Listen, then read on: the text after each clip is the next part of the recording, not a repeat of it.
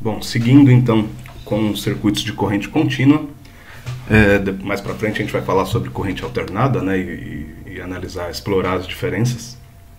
Mas os mais simples, circuitos mais simples primeiro, né, então de corrente contínua, corrente que se movimenta num sentido só.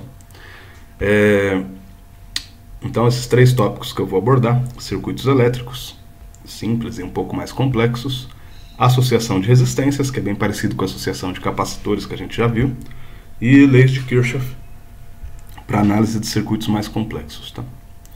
Então vamos lá. Em circuitos elétricos, né, eles são sistemas que têm pelo menos três componentes básicos. Tá?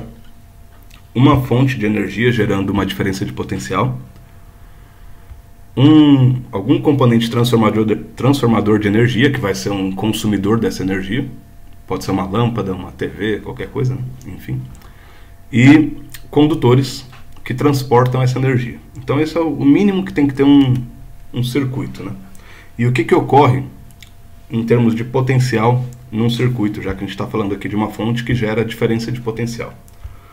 Reparem aqui, tem uma bateria que tem uma resistência interna e tem algum componente aqui com 4 ohms, uma resistência, que é algum consumidor de energia, um aparelho qualquer. Então esse circuito tem uma bateria, um aparelho que consome essa energia e condutores fazendo esse transporte, né? O que acontece com o potencial se a gente olha ao longo da malha do circuito, né? Ao longo de todo o condutor? Você tem um mínimo e um máximo potencial. Então o mínimo aqui, como é uma bateria de 12 volts, fazendo um gráfico aqui de 0 até 12 volts. Então daqui, de um lado da bateria até o outro lado da bateria, você tem um aumento de 0 para 12 volts, que é aquela bomba d'água da analogia lá do toboágua, né? Então subiu o potencial para 12 volts. Agora as cargas têm, o circuito tem um campo elétrico que vai fazer as cargas descerem, né, entre aspas, no toboágua, né, passando pelos componentes. Então você sobe o potencial para 12 volts aqui dentro. Essa resistência interna da bateria já consome um pouco e cai um pouco esse potencial. Então de 12 para 8 volts. Então aqui agora eu tenho um potencial de 8 volts. Imagina como se fosse a altura, né? Passou por uma curva lá do toboágua, agora você tem menos altura. Tinha 12 metros de altura, agora tem 8 metros de altura. Quando chega nesse outro componente, que é alguma coisa que está consumindo energia aqui, o restante do potencial cai. Então se estava em 8 volts, cai para 0, então teve uma queda de 8 volts, que é em função dessa resistência vezes a corrente que passa aqui. 4 vezes 2, né? Lembra que é R vezes I. Então 4 vezes 2 dá 8 volts de queda aqui. E aí aqui o potencial é 0 de novo. Tá? Então aqui o potencial é 0. Ah, mas tem todo esse fio aqui. Não importa, porque o campo elétrico, se a gente considerar um fio ideal que não tem resistência, o campo elétrico aqui viaja praticamente na velocidade da luz, então tanto faz o tamanho do fio. E aquele outro detalhe importante das superfícies equipotenciais que a gente falou nas aulas passadas, né? Então um condutor ideal é uma superfície equipotencial, ou seja, ele tem o mesmo potencial em todo o tempo. Se o potencial aqui é 0, vai continuar 0 até aqui, né? Alguns exemplos de circuitos, né? Você tem circuitos de tamanho bem grande, um circuito de uma cidade, por exemplo, né? Então você tem lá a geração de energia, por exemplo, em Itaipu, e a cidade de São Paulo consumindo essa energia. Então a cidade de São Paulo é resistência, a fonte é Itaipu, e você tem os condutores aqui, né? Dá para representar esse circuito. Tem um circuito um pouco menor, que é uma casa, um apartamento, alguma coisa assim. Então você tem lá uma fonte de diferença de potencial que pode ser da rede elétrica, e os consumidores, enfim, os aparelhos elétricos, as lâmpadas e o circuito aqui. Ou circuitos menores ainda, né? Nem por isso menos complexos, né? Se pegar uma placa-mãe, tem uma série de componentes e uma série de tomadas e pinos que a gente pode colocar outros componentes, enfim, então fica um circuito bem complexo. Aqui é um circuito de um radinho simples, né?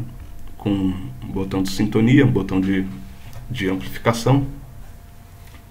A gente vai falar disso mais pra frente, tá? O fato é que a gente tem vários circuitos, desde uma cidade, uma casa, até uma placa, né? E um circuito que muitas vezes a gente esquece, elétrico, é o nosso corpo, né, o sistema nervoso.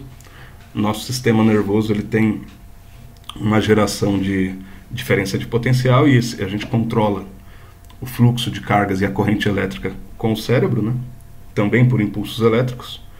Então, quando a gente quer movimentar um músculo, levantar um braço ou falar como eu estou falando agora, movimentando todos esses músculos da boca, enfim, língua, maxilar, etc., é uma série de sinais elétricos que a gente controla e produz correntes que dão contrações e distensões nos músculos, enfim, né? Aí o pessoal da biologia sabe bem melhor do que eu. O fato é que é um circuito elétrico que a gente às vezes esquece que tem lá os condutores, que são os nervos, né? Então, se você romper um nervo, você quebrou o fio, né? Você abriu o circuito, vai parar de funcionar uma parte do seu circuito. Isso acontece quando tem por exemplo, aqui, pega na coluna, lá na medula espinhal, e você romper um trecho dela, num acidente, por exemplo, você perde o movimento das pernas, dos braços, enfim, de várias coisas, né? Porque se cortou o fio, tá? Só por isso, né? Então, em qualquer circuito tem alguns componentes básicos, tá? Seja o circuito de um corpo, de uma placa-mãe, de uma casa ou de uma cidade, tem alguns componentes básicos que são os primários. Todo circuito tem que ter uma fonte de DDP, de diferença de potencial, pode ser uma bateria, um gerador, uma pilha, enfim. Todos os circuitos têm que ter condutores para transportar a energia gerada pela bateria. E todos os circuitos têm que ter consumidores de energia. Pode ser resistências, aquecedores, motores e tudo mais que vocês imaginarem de aparelhos elétricos, né? Então, sem isso aqui não faz sentido, não é um circuito, né? Esses são 3 componentes primários que a gente só pode ter um circuito se tiver esses 3 componentes. Aqui, nesse desenho bem simples aqui, nessa figura, a gente tem até coisas extras, né? Tem a bateria, tem os condutores, tem o consumidor, que é a lâmpada, e tem um item extra aqui que entra na categoria de componente secundário.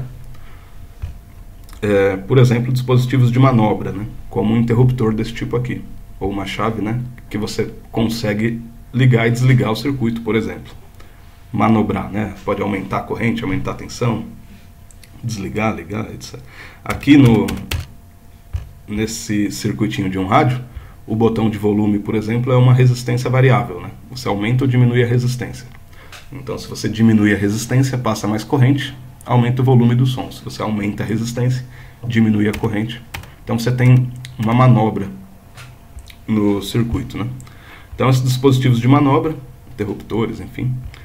Dispositivos de segurança, poderia ter fusíveis, disjuntores, alarmes, a gente já vai falar, e dispositivos de controle, que é para você monitorar o circuito, né? E controlar o momento de desligar, ligar, enfim.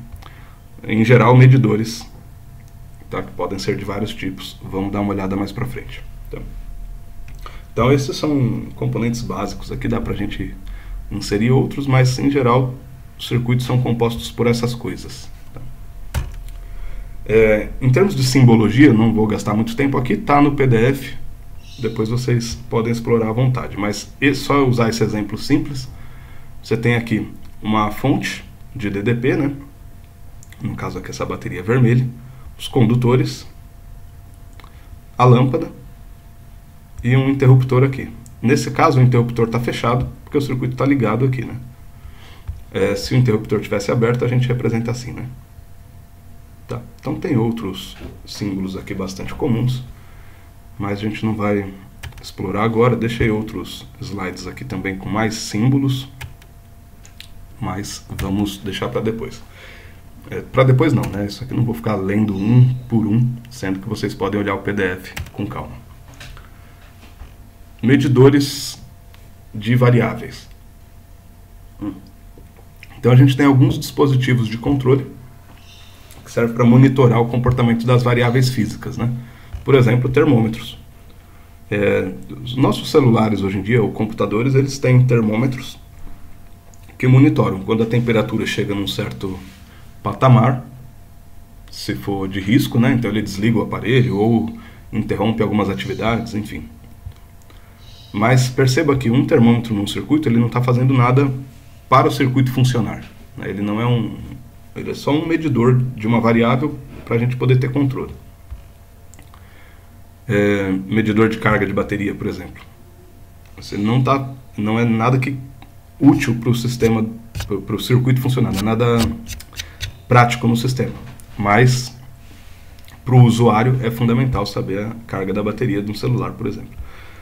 Relógios, amperímetros, voltímetros, multímetros, tem vários, né? A gente vai dar uma olhada hoje aqui nos amperímetros e voltímetros, que são os mais comuns.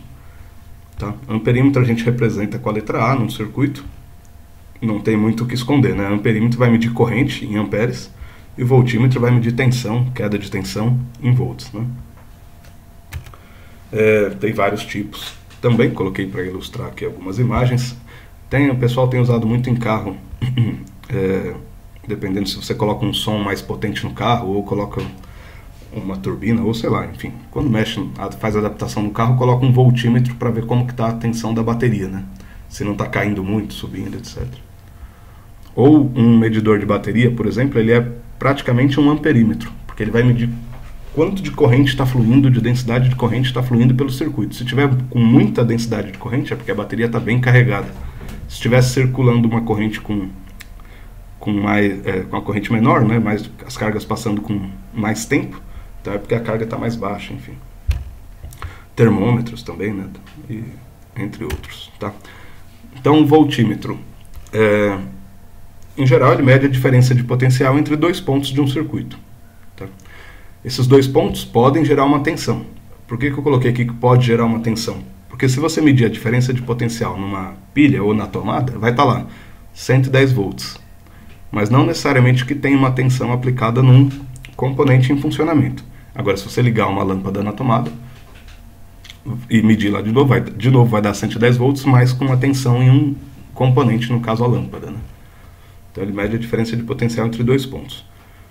Ele tem resistência infinita, então ele não permite passagem de cargas por ele, o que significa que ele não consome energia, tá? Um voltímetro ideal. O amperímetro, parecido, tá? Ele mede a amperagem, né? Ou seja, a corrente em um trecho do circuito. Ele mede a corrente que passa por dentro dele, ou seja, que passa pelo aparelho, pelo medidor, e portanto ele tem que ser ligado em série, né? Porque ele não está preocupado com dois pontos igual o voltímetro. Reparem, né? O voltímetro precisa ver uma diferença de potencial entre dois pontos. O amperímetro precisa ver a corrente que passa em um ponto ou em um trecho do circuito. Então, você coloca ele em série no circuito. Ele tem resistência nula, então ele não consome energia do circuito. Essa diferença entre o voltímetro e o amperímetro leva a gente a representar as ligações dele da seguinte maneira. Voltímetro a gente liga em paralelo com o componente que a gente quer saber em relação à tensão. Tá? Então você liga em paralelo, lembra que ele tem resistência infinita, então as cargas vão passar só por aqui, não vão passar por aqui. Tá? Ou a carga que passa aqui é desprezível, né? Então você consegue medir a diferença de potencial entre esses dois pontos. Já o amperímetro, ele tem que ser ligado em série.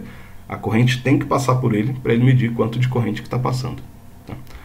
Na prática, voltímetro liga em paralelo com o aparelho que você quer medir e amperímetro liga em série com o aparelho que você quer medir. Tá? Dispositivos de segurança. Também são comuns, não vou gastar muito tempo aqui, mas não posso deixar de falar, né? Fusíveis e disjuntores são os mais comuns. Tá? A ideia é que quando tem uma corrente elétrica muito grande, que pode ocasionar um aquecimento, uma combustão, um curto-circuito, esses elementos servem para desarmar o circuito, para desligar o circuito. Né?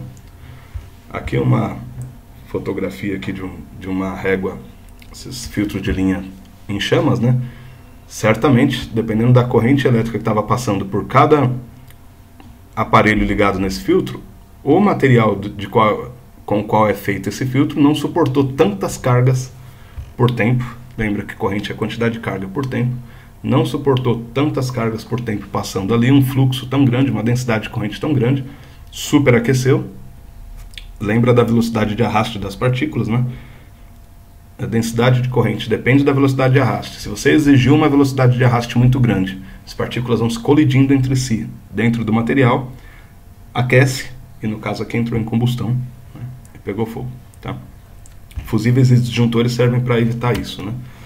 Um exemplo, um incêndio no Museu da Língua Portuguesa foi ocasionado por um aquecimento e um curto-circuito em um fio, e você teve o prejuízo que a gente está tendo de patrimônio histórico, de patrimônio financeiro, cultural, enfim.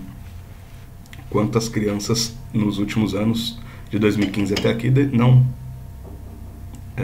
conheceram esse museu, né?